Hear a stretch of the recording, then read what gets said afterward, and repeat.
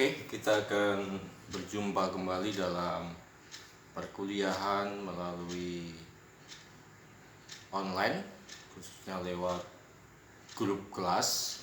Kita masuk dalam mata kuliah bagian yang kedua dari hamartologi, yaitu kita akan bahas materi tentang demonologi. Beberapa tugas sudah saya sampaikan, saya sudah berikan kepada saudara, dan baru sebagian yang bisa saya cross check email-email yang sudah masuk, tapi itu akan menjadi satu penilaian tersendiri. Kita akan masuk dalam materi mata kuliah demonologi, yaitu materi yang mempelajari tentang iblis. Dari asli pengertian dari kata demonologi memiliki pengertian dari daimon itu sendiri. Kita belajar tentang kekuatan yang hebat atau roh supranatural yang bersifat jahat. Jadi kita belajar tentang kekuatan yang supranatural yang boleh dikatakan hebat, tapi tujuannya kepada kejahatan, yang kita kenal tentang iblis. Mengapa kita perlu belajar tentang materi topik demonologi? Seperti yang saya sampaikan kemarin, mengapa kita perlu belajar angelologi? Karena itu adalah bagian dari ilmu untuk kita memperdalam pengetahuan teologi kita, dan di sisi lain kita akan dibawa pengenalan kita lebih utuh siapa itu Allah kita yang kita percayai. Mengapa kita perlu belajar demonologi? Supaya kita tahu siapa itu iblis dan bagaimana cara kerjanya. Dan kita sebagai orang percaya bisa mewaspadai, dan kata 1 Petrus katakan kita perlu berjaga-jaga, sadar tentang pribadi ini. Baik, kita masuk di dalam pembahasan kita sebagaimana tugas-tugas yang saya berikan tentang topik-topik yang akan berkembang di luar tatkala kita ada dalam pelayanan perihal pengajaran demonologi. Pembahasan pertama, kapan kejatuhan malaikat sehingga akhirnya dia disebut itu iblis. Sebagian ada yang sudah menjawab yang sesuai dengan diktat, memang dalam diktat sudah dibahas sedemikian rupa. Sebagaimana yang dikatakan oleh William Evan dalam bukunya, memberikan satu penafsiran kapan jatuhnya malaikat itu di dalam dunia ini atau dilemparkan oleh Allah. Evan memberikan satu penafsiran, kejatuhan itu terjadi sebelum penciptaan, antara Kejadian pasal 1 ayat 1 dan ayat 2. Kalau kita lihat di dalam ayat yang pertama, pada mulanya Allah menciptakan langit dan bumi. Kita tahu bersama dari narasi pada mulanya Allah menciptakan langit dan bumi, kita mengenal siapa pencipta, yaitu Allah. Kita tahu siapa itu Allah. Gak mungkin Allah menciptakan bumi ini asal-asalan. Saya meyakini tatkala Allah menciptakan, pada mulanya Allah menciptakan langit dan bumi, keadaan bumi itu baik, sempurna. Tetapi di dalam ayat yang kedua, bumi itu belum berbentuk dan kosong, gelap gulita. Ada satu perubahan, satu keadaan. Nah, William Evan menempatkan kejatuhan malaikat, akhirnya Tuhan melemparkan malaikat itu jadilah iblis di bumi ini. Ini terjadi di antara pasal 1 ayat 1 dan 2. Ini baru penafsiran, saudara boleh mempercayai atau tidak. Tetapi memang di dalam Alkitab tidak dijelaskan kapan malaikat itu jatuh dan menjadi iblis yang disebut di dalam pengajaran-pengajaran di dalam perkembangan ilmu teologi saat ini. Jadi kita nggak usah permasalahkan kapan jatuhnya, tapi yang pasti saat ini kita tahu iblis itu ada. Tapi satu hal yang saudara perlu ketahui, bahwa Tuhan tidak pernah menciptakan iblis, Tuhan tidak pernah merancangkan ada iblis. Iblis ada karena ketidaktaatan malaikat. Kita tahu bersama, nanti kita akan lihat apa yang menjadi penyebab malaikat itu jatuh. Tuhan menciptakan malaikat yang namanya malaikat yang indah, dan akhirnya dengan kesombongannya dia ingin menyamai Allah dan jatuh jadilah iblis. Sekali lagi saya katakan, Tuhan gak pernah merancangkan sesuatu yang jahat.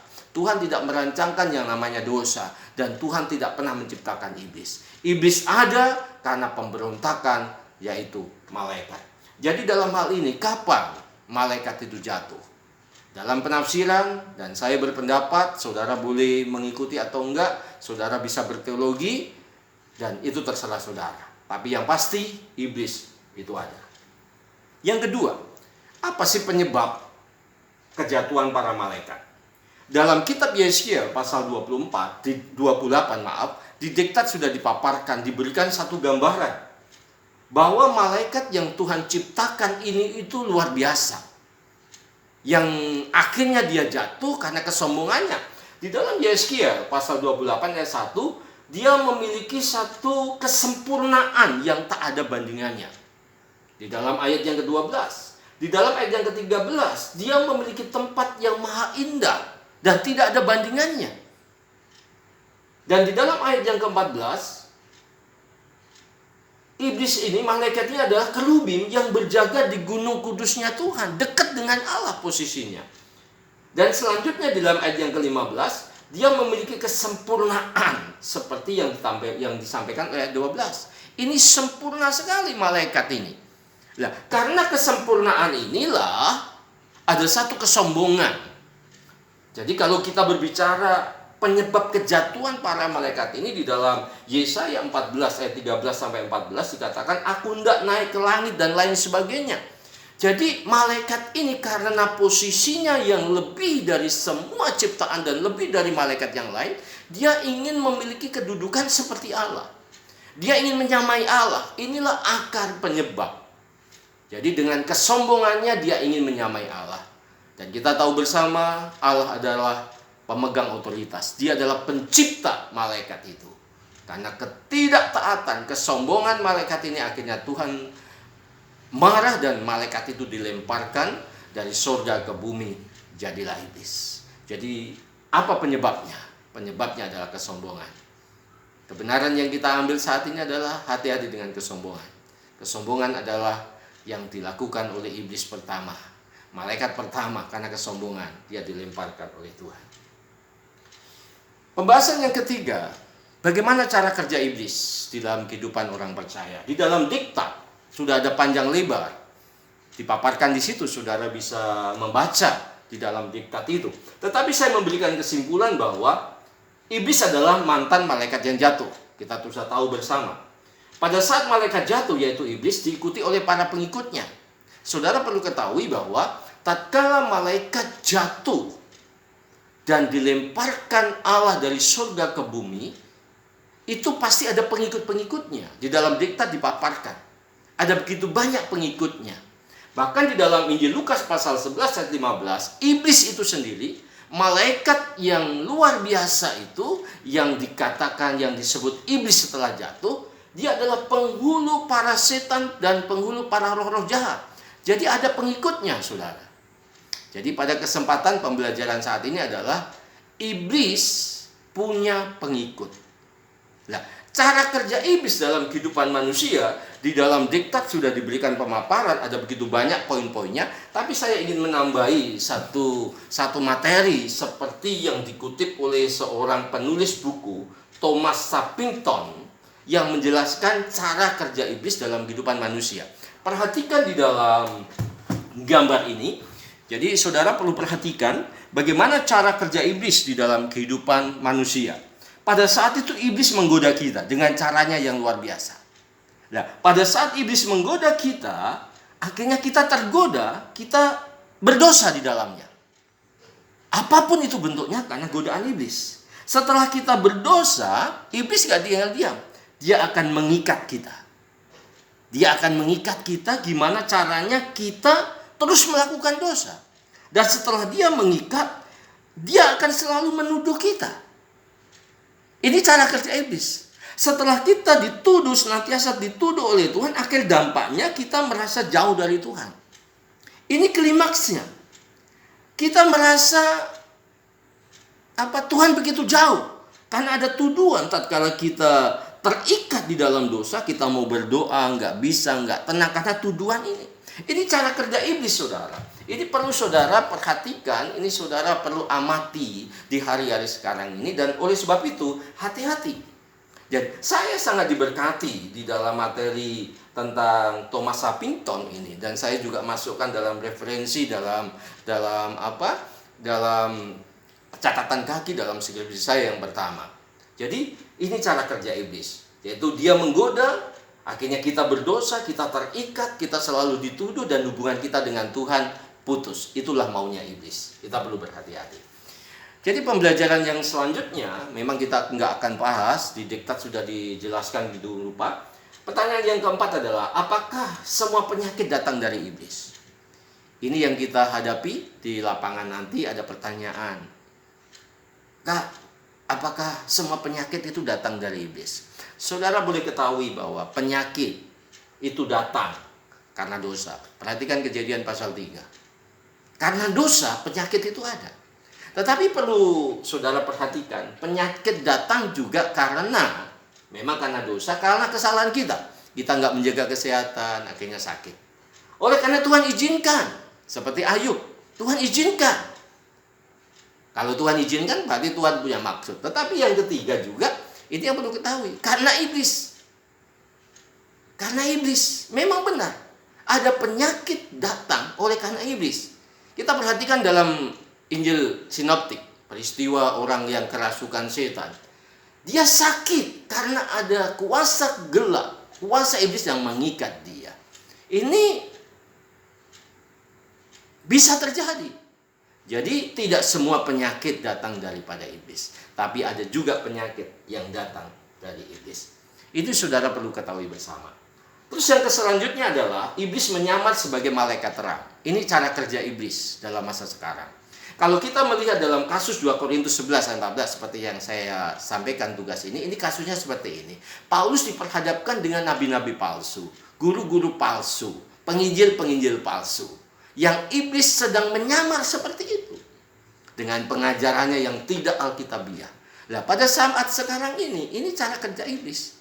Dia menampilkan dirinya seperti malaikat, tetapi di dalamnya tidak seperti apa yang di luar. Iblis pada zaman now sekarang luar biasa. Dia tidak menampilkan satu sosok yang menakutkan, tetapi dia sedang menampilkan sosok yang menggiurkan, menggoda, yang membuat orang tertarik. Dan saudara bisa perhatikan itu semua. Pembahasan yang terakhir yang saya akan bahas di sini adalah nasib iblis dan para pasukannya di masa depan. Saudara perhatikan di dalam diktat, saya akan ulangi ini. Baik iblis maupun para roh jahat akan dihakimi kelak. Dan menurut 1 Korintus pasal 6 ayat 3, kita akan menjadi salah satu yang akan menghakimi mereka. Jadi iblis nanti ada masanya akan dihakimi. Ada pertanyaan kemarin di grup, kenapa iblis gak dihancurkan aja, Pak? Saya katakan nanti pembahasan pertanyaannya nanti di monologi. Tunggu waktunya. Pada saat Yesus ada di Gerasa, iblis ketakutan. Dia berkata, Tuhan, belum waktunya Engkau menghukum. Jadi ada masanya nanti iblis dihukum oleh Allah. Itu pada masanya nanti kapan. Jadi menurut Evan, menuliskan dalam Yudas 6 dan seterusnya, menunjukkan tidak ada lagi harapan untuk penebusan iblis. Iblis tidak ada kesempatan untuk bertobat. Ajal akhir hidupnya adalah api yang kekal. Pada waktu Tuhan Yesus kembali untuk mendirikan kerajaannya 1000 tahun lamanya, maka iblis akan dilemparkan ke dalam jurang maut. Jadi pada saat nanti kita memerintah bersama Kristus 1000 tahun damai, iblis dimasukkan, dirantai dalam jurang maut selama 1000 tahun. Dan bukan itu saja, setelah itu iblis dilemparkan ke dalam lautan api dan belerang untuk selama-lamanya. Itu akhir dari kehidupan iblis. Yang terakhir, peran iblis dalam wabah virus corona. Ini menjadi fenomena. Segala sesuatu yang terjadi dalam kontrol Allah. Jadi wabah ini terjadi dalam kendali Tuhan, dalam kontrol Tuhan. Karena Tuhan berdaulat atas semuanya. Kalau Tuhan izinkan, saya pakai izinkan, ini terjadi, ini ada dalam sepengetahuan Tuhan. Terus sejauh mana iblis bekerja melalui wabah ini? Bisa saja iblis memakai wabah penyakit virus ini untuk membawa orang percaya untuk tidak mempercayai Tuhan, membawa orang percaya untuk bertindak sesuatu yang tidak Tuhan sukai, membawa orang percaya untuk murtad, akhirnya menyimpang dari Tuhan. Bisa saja iblis memakai wabah virus ini untuk bergerak melakukan triknya untuk membawa orang untuk menjadi pengikutnya. Ingat Yohanes 10, dia datang hanya untuk mencuri, membunuh, dan membinasakan. Di akhir pembelajaran kita demonologi, nanti selanjutnya kita akan kembangkan dalam pertanyaan-pertanyaan di dalam grup. Pesan saya dalam 1 Petrus pasal 5 ayat 8, sadarlah dan berjaga-jagalah, lawan musuh iblis berjalan keliling sama seperti singa yang mengaum-ngaum dan mencari orang yang akan ditelannya. Demikianlah video singkat tentang pemaparan materi demonologi. Memang tidak kita paparkan seluruhnya, saudara bisa membaca di diktat dan kita bisa kembangkan dalam pertanyaan-pertanyaan sepanjang 1 hari besok untuk kita bertanya dalam topik ini. Tuhan Yesus memberkati kita semua. Amin.